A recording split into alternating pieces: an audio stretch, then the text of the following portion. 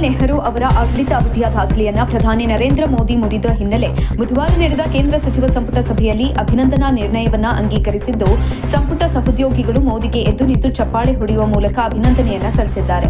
ಪ್ರಧಾನಿ ನರೇಂದ್ರ ಮೋದಿ ಅವರಿಂದ ಭಾರತದ ಪ್ರಜಾಪ್ರಭುತ್ವದ ಇತಿಹಾಸದಲ್ಲೇ ದೀರ್ಘಕಾಲ ನಿಂತವರ ಅಧಿಕಾರ ನಡೆಸಿದ ಪ್ರಧಾನಿ ಎಂಬ ಹೊಸ ದಾಖಲೆ ಬರೆದಿದ್ದಾರೆ.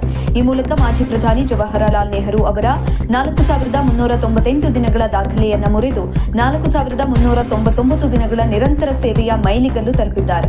2014ರ ಮೇ 26ರಂದು ಮೊದಲ ಬಾರಿಗೆ ಪ್ರಧಾನಿಯಾಗಿ ಪ್ರಮಾಣ ವಚನ ಸ್ವೀಕರಿಸಿದ ಮೋದಿ ಅವರು ಇಂದಿಗೆ 4,399 ದಿನಗಳ ನಿರಂತರ ಅಧಿಕಾರಾವಧಿಯನ್ನು ಪೂರೈಸಿದ್ದಾರೆ. ಇದರೊಂದಿಗೆ ಅವರು ಭಾರತದ ಪ್ರಜಾಪ್ರಭುತ್ವದ ಇತಿಹಾಸದಲ್ಲಿ ಅತ್ಯಂತ ದೀರ್ಘಕಾಲ ಸೇವೆ ಸಲ್ಲಿಸಿದ ಪ್ರಧಾನಿ ಎಂಬ ಹೆಗ್ಗಳಿಕೆಗೆ ಪಾತ್ರರಾಗಿದ್ದಾರೆ.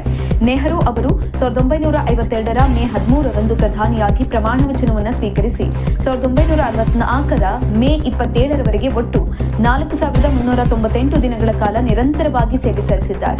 ಈ ದಾಖಲೆಯ ಕಳೆದ 64 ವರ್ಷಗಳಿಂದಲೂ ಅಚ್ಚಳಿಯದೆ ಉಳಿದುಕೊಂಡಿದೆ. ನೆಹರು ದಾಖಲೆ ಮುರಿದು ಮೋದಿಗೆ ಸಂಪುಟ ಸಭೆಯಲ್ಲಿ ಗೌರವ ಸೂಚಕವಾಗಿ ಎದ್ದು ನಿಂತು ಅಭಿನಂದನೆಯನ್ನ ಸಲ್ಲಿಸಲಾಯಿತು. ಇದಕ್ಕೂ ಮುನ್ನ ಮೋದಿ ಅವರು 2025ರ ಜುಲೈ 25ರಂದು ಮತ್ತೊಂದು ಮೈಲಿಗಲ್ಲು ದಾಟಿದ್ದರು. ಆ ದಿನ ಅವರು 4,077 ದಿನಗಳೊಂದಿಗೆ ಮೂರನೇ ಅತ್ಯಂತ ದೀರ್ಘಕಾಲ ಸೇವೆ ಸಲ್ಲಿಸಿದ ಪ್ರಧಾನಿ ಇಂದಿರಾ ಗಾಂಧಿ ಅವರ ದಾಖಲೆಯನ್ನ ಹಿಂದಿಕ್ಕಿದ್ರು.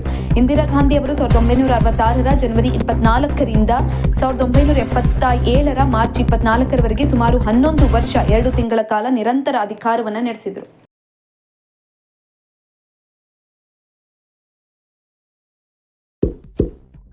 ಇಂತಹ ಇನ್ನಷ್ಟು ವಿಡಿಯೋಗಳಿಗಾಗಿ ಲೈಕ್ ಮಾಡಿ, ಫಾಲೋ ಮಾಡಿ, ಶೇರ್ ಮಾಡಿ.